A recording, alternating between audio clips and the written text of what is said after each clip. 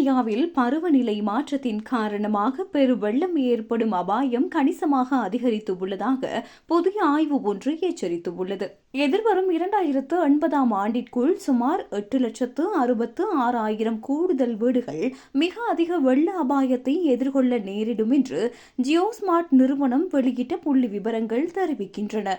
இது ஏற்கனவே அபாயத்தில் உள்ள வீடுகளின் எண்ணிக்கையை விட பல மடங்கு அதிகம் என்பது குறிப்பிடத்தக்கது. உலக வெப்பமயமாதல் தற்போதைய நிலையில் நீடித்தால் புவியின் வெப்பநிலை 2.4 பாகை செல்சியஸ் வரை உயரக்கூடும் என கணிக்கப்பட்டுள்ளது.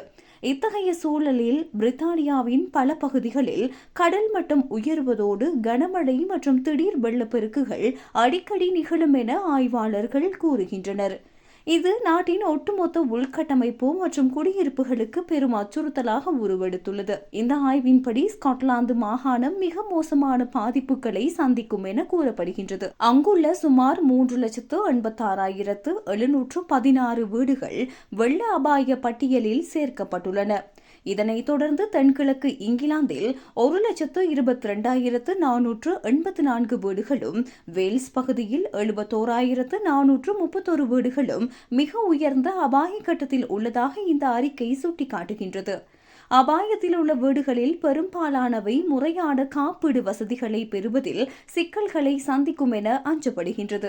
வெள்ள அபாயம் உள்ள பகுதிகளில் கட்டப்பட்ட வீடுகளுக்கு காப்பீட்டு நிறுவனங்கள் அதிக கட்டணம் வசூலிப்பதாலோ அல்லது காப்பீடு வழங்க மறுப்பதாலோ நடுத்தர மற்றும் ஏழை மக்கள் பெரும் பொருளாதார இழப்புகளை சந்திக்க நேரிடும் என சமூக ஆர்வலர்கள் கவலை தெரிவித்துள்ளனர். பசுமை அமைப்பான கிரீன் பீஸ் போன்ற அமைப்புகள் அரசாங்கம் உடனடியாக பருவநிலை மாற்றத்தை தடுக்க நடவடிக்கை எடுக்க வேண்டும் என வலியுறுத்துகின்றன.